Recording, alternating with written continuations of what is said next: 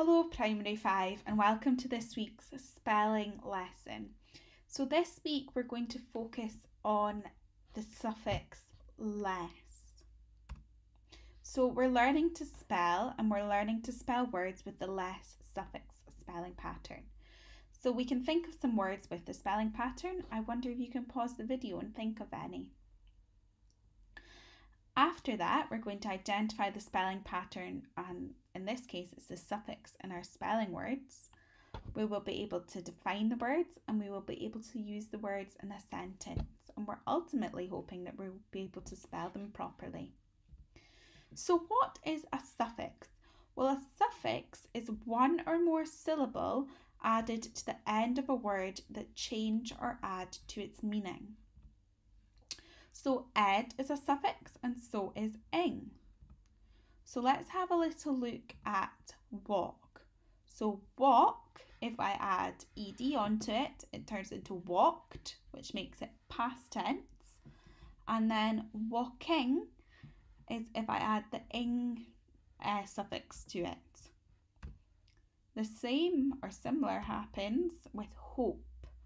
Hope changes to hoped if I add the ed suffix, and then if I'm adding the ing suffix, I drop the e and it changes to hoping.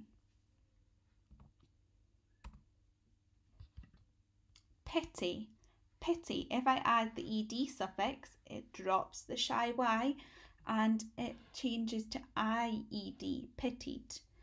But if I add the ing suffix, it changes to pitying and we keep the y. Hop, hop. If we change it to past tense, hopped, with the ed suffix, we double the p. And then if it's hopping, we double the p and we add the ing suffix. Play changes to played with the ed suffix and playing with the ing suffix. So ed is a suffix and so is ing, so we've got the ed and the ing suffix. So the less suffix is normally added to words that are abstract nouns. So we focused our grammar lesson the other week on proper nouns. So abstract nouns are a different type of noun. Now a noun is a naming word and abstract nouns are nouns that we can't see or touch. For example, hope.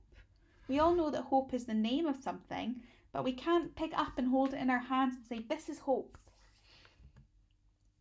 Adjectives that have the suffix less added to them describe something without it.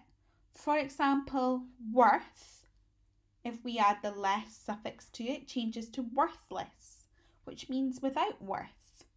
If something's worthless, it doesn't have any worth. The less suffix starts with a consonant and it is usually added to the root word. If the word ends in y, the root word, it is usually because shy I doesn't like being at the end and has been replaced by the toughy y. However, if this less suffix is added, shy I returns because it's no longer at the end of the word. And that goes with this example. Pity, if we need to put the less suffix onto it, which means something without pity, then we keep shy I because it's not at the end anymore and we add the less suffix. So these are the mild words this week. So pause the video and I want you to write down what you think the words are and how you think you spell them. Remember, all your words should have the less suffix. Okay, now that you're back, let's see if you got them right. So we've got useless, helpless, endless,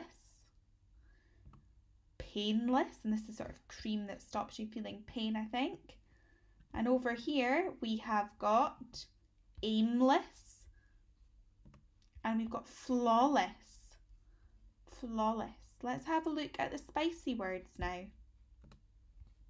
So here are your spicy words for this week. So pause the video, have a guess how you think you'd spell them or what you think they are, and then we'll go through it together and see if you were right.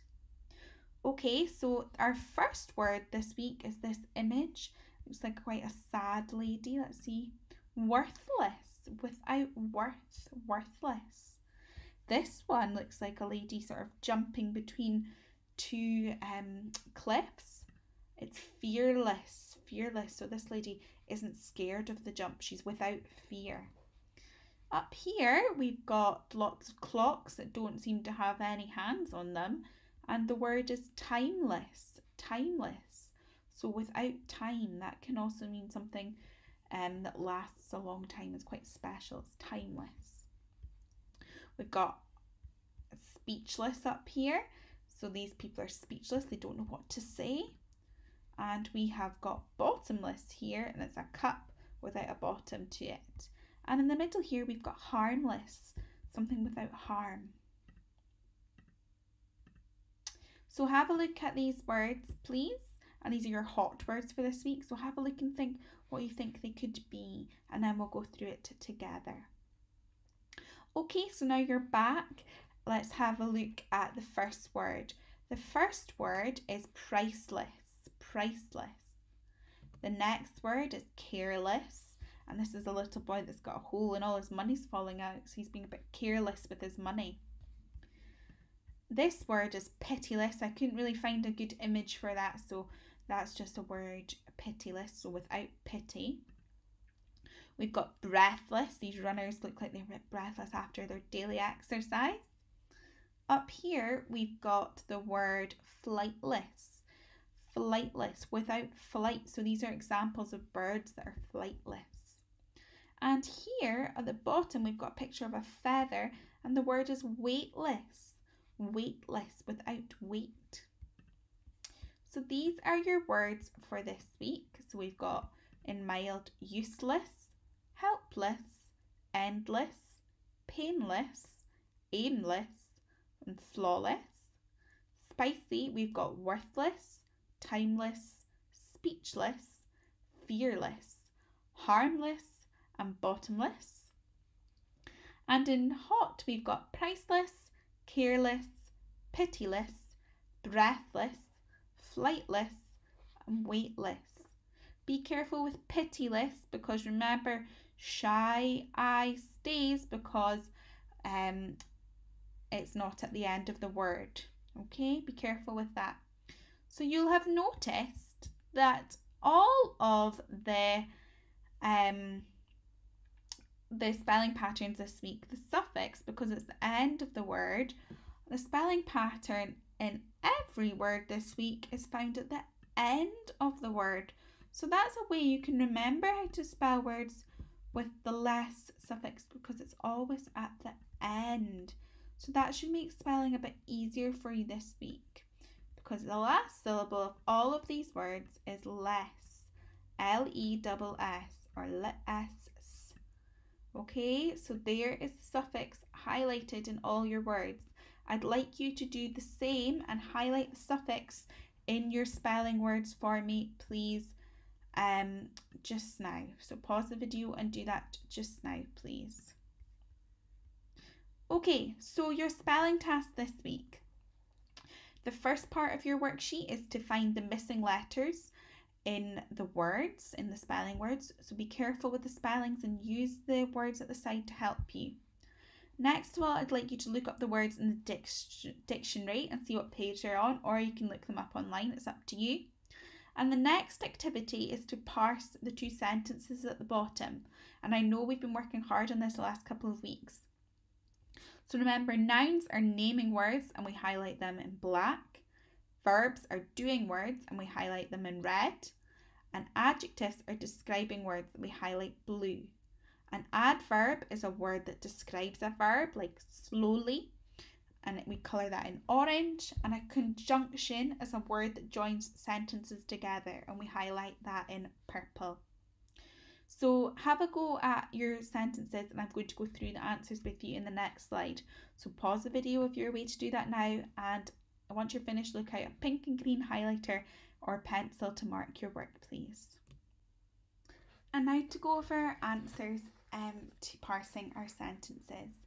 So remember to give yourself a tickle pink little dot next to the words you got correct. So the first sentence, the dull story seemed endless.